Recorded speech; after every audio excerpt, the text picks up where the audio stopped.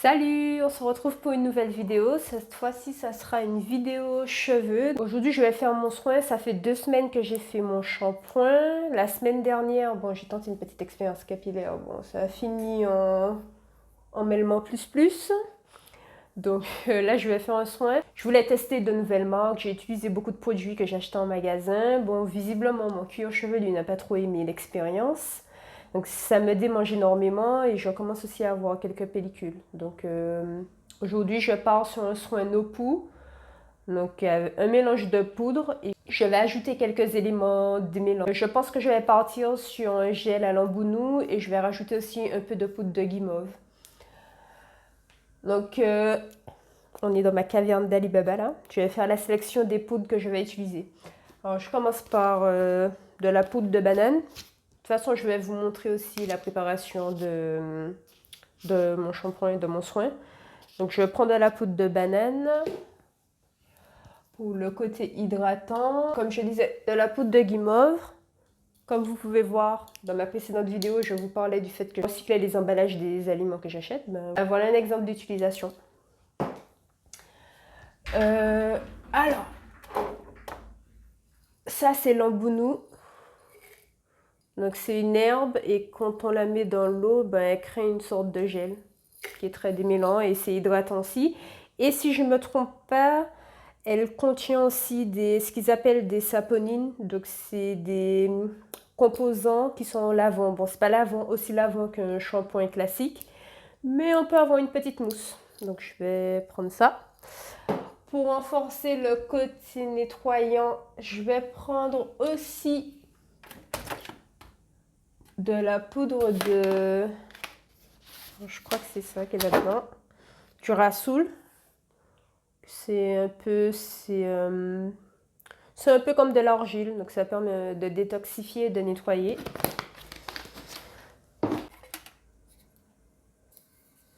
Je vais mettre un peu de poudre d'hibiscus. Ensuite, je vais rajouter une huile à mon soin. Je vais prendre de l'huile de chanvre. Ce que j'aime bien, elle est légère, ça se rince facilement. Et je vais ajouter ce qu'on appelle du coup en Martinique du sirop batterie. Donc c'est de la mélasse. Je vais rajouter ça pour le côté hydratant aussi. Dernier produit que je vais mettre à ma mixture, c'est du coup de l'érythritol. Parce que ça permet de démêler. Oui, je vais finalement mettre 3 actifs démêlants parce que j'ai des cheveux qui s'en mêlent beaucoup. Surtout là, ça fait une semaine que j'ai pas démêlé. Ça fait 2 semaines, non, une semaine que je n'ai pas démêlé. Donc on va partir sur ça. Et je vais faire un soin 3 en 1, donc qui fait pré-poux. Donc je ne vais pas faire de bain d'huile. Je ne vais pas non plus démêler avant le shampoing. Je vais juste faire mon mélange, appliquer et ça fera shampoing après shampoing, masque. C'est un 4 en 1. Bain d'huile, shampoing après shampoing, masque. Et après, je vais rincer ça et on va faire le coiffage. C'est parti. Je vais commencer par préparer l'embounou.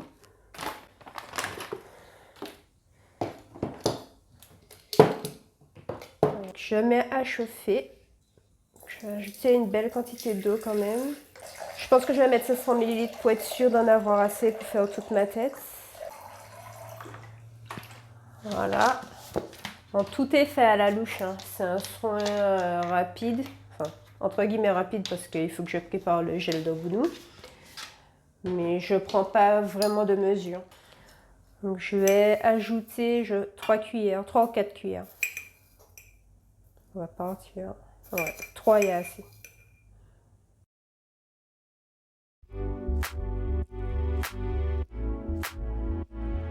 Une fois que l'embounou est prêt, on passe à la suite de la préparation.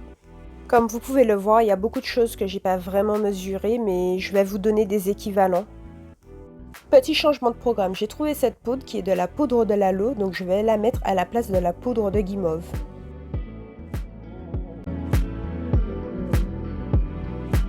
Je vais essayer de vous mettre tous les ingrédients en barre d'infos ou des équivalents si je trouve pas les mêmes.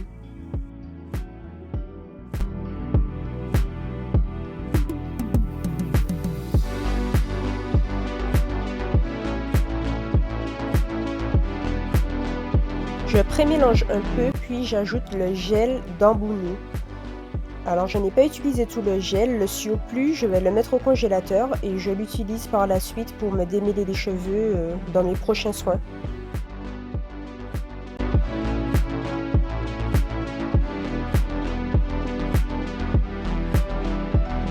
Je mélange le tout. Bon, par retour d'expérience, je vous conseille de mixer le tout et de filtrer aussi si vous avez un vieux collant ou un chinois très fin, de filtrer le mélange parce qu'après c'est très difficile à rincer. Ça vous évitera d'avoir des restes de soins dans vos cheveux comme moi.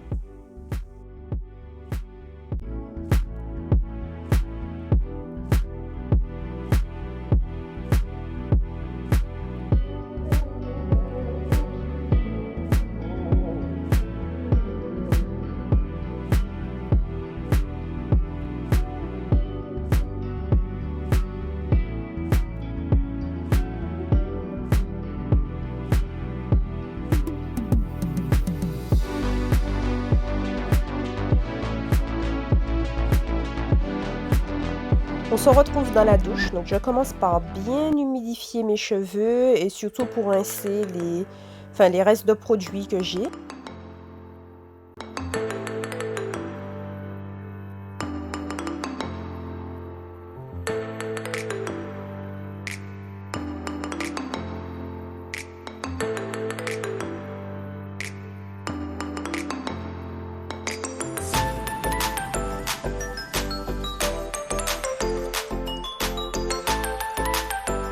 Je travaille toujours en section parce que j'ai les cheveux qui s'en mêlent très très vite.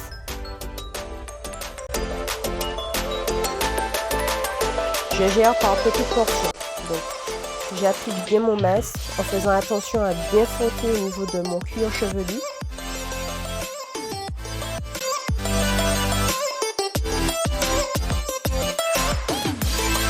Une fois que j'ai réparti le mélange sur toute ma tête, je passe au démêlage. Franchement, cette brosse, c'est la meilleure. J'en ai déjà utilisé plein, des Tangle Teaser, des Denman. Et celle-là, elle est vraiment bien. Je vais vous la mettre en barre d'infos. Elle démêle, je trouve, sans casser les cheveux, sans douleur. Les picots sont vraiment souples. Franchement, je l'ai acheté comme ça pour tester. Je me suis dit, bon, une dernière fois. Et c'est réussi. Je ne la tiens pas au niveau du manche parce que je trouve que je tire beaucoup sur mes cheveux quand je tiens au niveau du manche. Donc c'est plus simple pour moi et je me fais moins mal.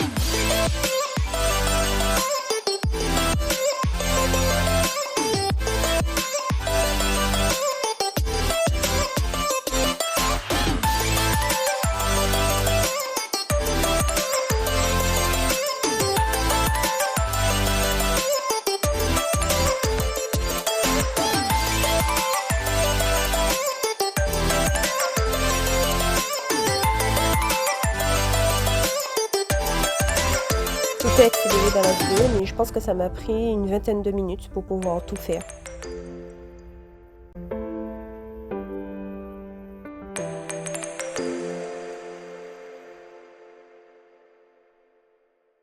Une fois le démêlage terminé, je passe au rinçage et je prends toujours le temps de maintenir mes sections pour, comme à chaque fois, pour que mes cheveux ne se réemmêlent pas.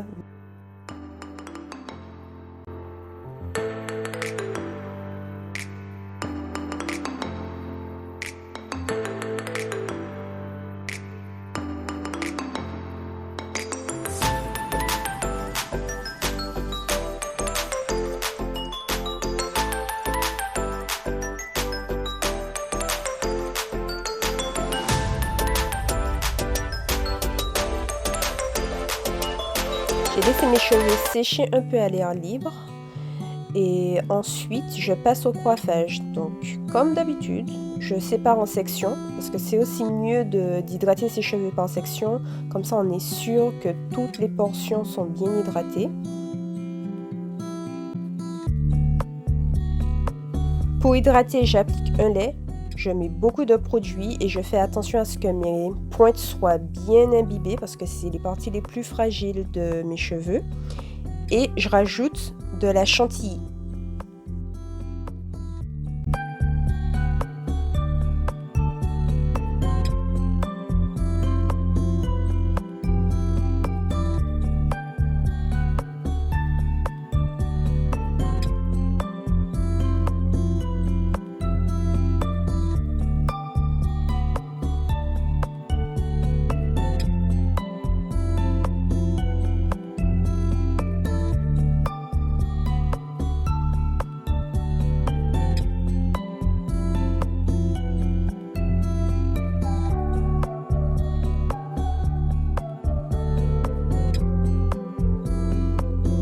Je réalise des vanilles, mais je natte toujours le fond pour éviter que mes racines ne gonflent.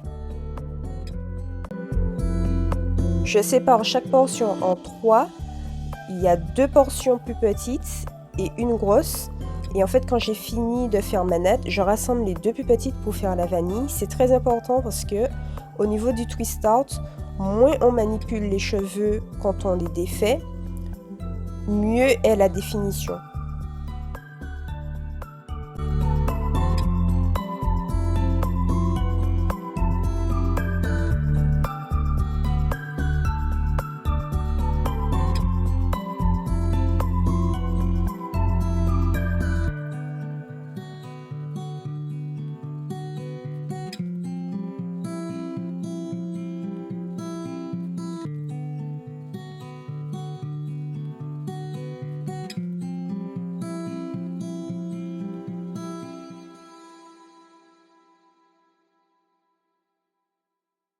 Je vous fais un zoom pour la dernière. Donc, après avoir hydraté la portion, je la sépare en 3.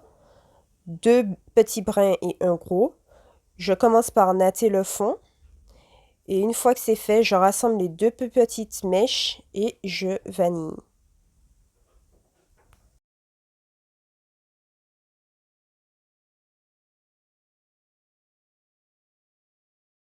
Quand je viens de les faire, donc il y a les traces blanches, mais une fois que mes cheveux sont secs, tout aura disparu. On arrive au moment où c'est de la satisfaction totale. Après des heures, j'ai enfin fini mon soin. Et je peux enfin aller me coucher. Parce que oui, il est très tard là, quand je tourne cette vidéo. On se retrouve le lendemain, donc mes cheveux sont bien secs et je défais mes vanilles, comme vous pouvez le voir.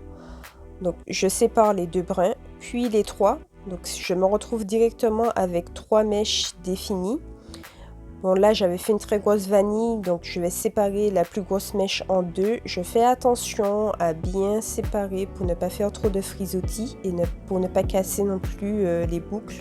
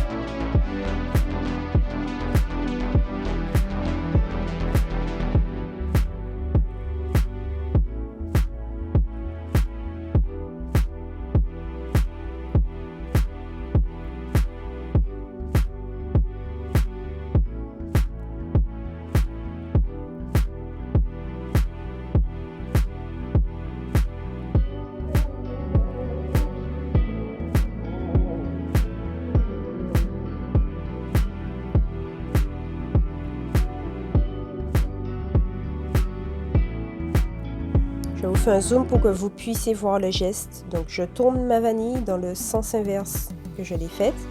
Donc il y a les deux brins qui se séparent facilement. Et ensuite je défais la natte. C'est pour ça que je vous disais que c'est très important la façon de faire ces vanilles. Voilà le résultat. Des cheveux souples, super malléables. Quand il s'agit de coiffage, j'ai pas beaucoup d'imagination, donc je réalise tout le temps la même coiffure. Donc une pince, une brosse et c'est plié. Je réalise ça tous les matins.